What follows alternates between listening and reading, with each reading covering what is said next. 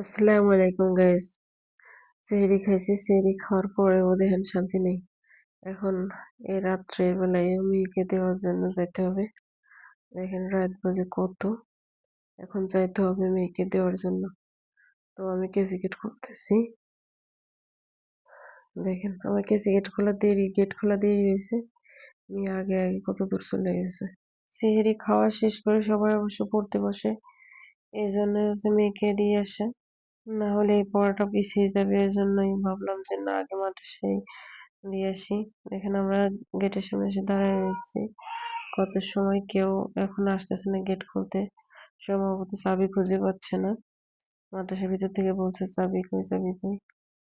তো আমরা কত সময় দাঁড়ায় আছি, দেখেন বাইরে কত অন্ধকার।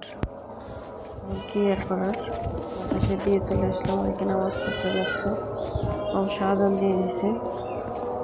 এক এক করে সবাই এখন মসজিদের দিকে ছুটবে নামাজ পড়ার জন্য। তো আমিও মেয়েকে দিয়ে চলে আসলাম, সবুজের সামনে চলে আসছি।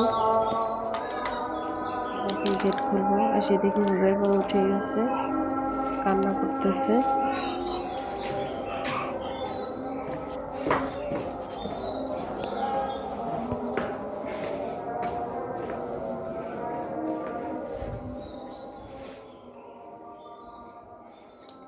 হুজাইফা উঠে গেছে।